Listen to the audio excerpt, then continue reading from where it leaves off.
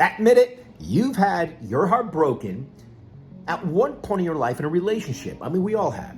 Now, if you're a home buyer, there's a really good chance that you're gonna suffer that same pain if you just don't know the first steps to take into becoming a homeowner. Hey guys, Julian Gonzalez here with RSVP Real Estate.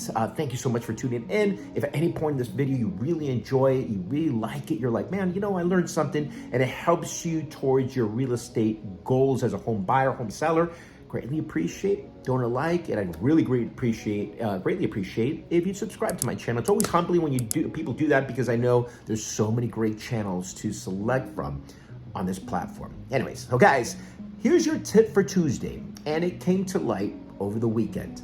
I had some buyers reach out to me. They found me on Google and they said, hey, Julian, we found a house that we really like and I think we're gonna like to make an offer. I'm like, whoa, slow down a second. First off, I think that's great. You guys are looking, but the first thing I'm gonna tell you is that you should be looking at your finances first. Do you know what your finances are? Do you feel like you're in a good spot? But more importantly, have you reached out to a lender? And they're like, no, Julian, don't worry about it. Every broker, every agent heard this one. Oh, no, don't worry about it. We know we can afford trusts. We can do it. Well, they all say that, right? But I go, that's cool. That's nice and everything. But before we go looking for a house, the best things to do is talk to a lender. And again, they're like, no, Julian. I go, guys, we need to make sure that you can afford this house. We don't know. You don't really know if you can really afford this house because there's nothing worse. And here comes the heartbreak part, guys, is that, and we've all done this, we're all guilty of it, is that you go online and you just love a house. You're like, oh my God, it's fantastic, like they did. They went to go look at the house. I think it was Sunday morning. They went to go look at the house, open house. They're like, oh my God, it was great, right? And you start getting emotionally attached to the house because you could see yourself already entertaining your friends and family with the open concept kitchen, which this one had. The kitchen's great, double garage is great, fantastic. The husband could do his hobbies in there, whatever he could do. So there's the problem. You fall in love with the house, but yet you don't know if you can afford the house. You haven't applied for a loan. So if the offer review date is in a couple of days, well, you're gonna miss it because you still need to apply for a loan. So before you do that, you get your hopes all high and you see yourself already in the house, dreaming about the house, talk to a lender. Now, there's two numbers that are very important to a lender. One of them, I'm sure you've heard of. Obviously, it's your credit score. We all know what a credit score is because for the most part, all of us have applied for some type of credit line, whether it's credit cards or to buy a car. Now, the one that surprises me, a lot of people don't know about, is the debt to income ratio. Okay, so a lot of my buyers, I didn't know, your lender, your agent didn't know at the beginning. So we're all learning here, so don't feel embarrassed, right? We don't know what we don't know. So basically your debt to income ratio, very simplistic way for me to put it is basically what the lender's doing is they want to know how much you make a month, your earnings, and they want to compare it to how much you owe to your creditors, right?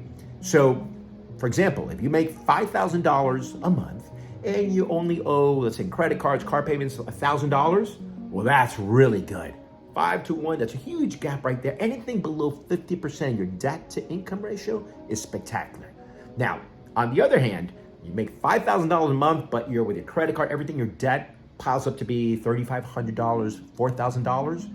Well, that's only about, what, $1,000 or $1,500, the gap right there. You're not gonna get a loan.